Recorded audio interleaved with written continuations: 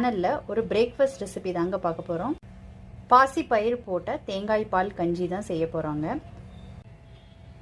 இந்த ரெசிபி செய்யறதுக்கு பச்சரிசி 200 கிராம் எடுத்துக்கிறேங்க. பச்சரிசியை முத நாளே 2 தடவை நல்லா வாஷ் பண்ணிட்டு மஸ்லின் கிளாத்ல போட்டு நிழல் காய்ச்சல்ல காய வச்சு எடுத்து வச்சுக்கோங்க. ஏன்னா மிக்சியில ஒரு சுத்தி எடுத்துக்க போறோம். நம்ம பாசி பயிரை 6 மணி நேரம் ஊற வச்சு எடுத்து வச்சுக்கோங்க.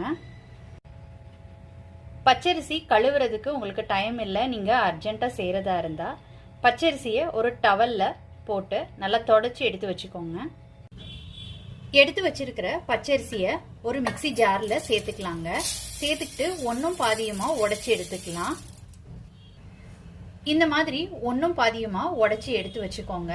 நீங்க குக்கர்ல செய்யறதா இருந்தா உடைக்கணும்னு அவசியம் கிடையாதுங்க. நான் ஓபன் பேன்ல செய்ய போறேன், அதனால உடைச்சி எடுத்துக்கிட்டா சீக்கிரம் வேகுன்றதுக்காக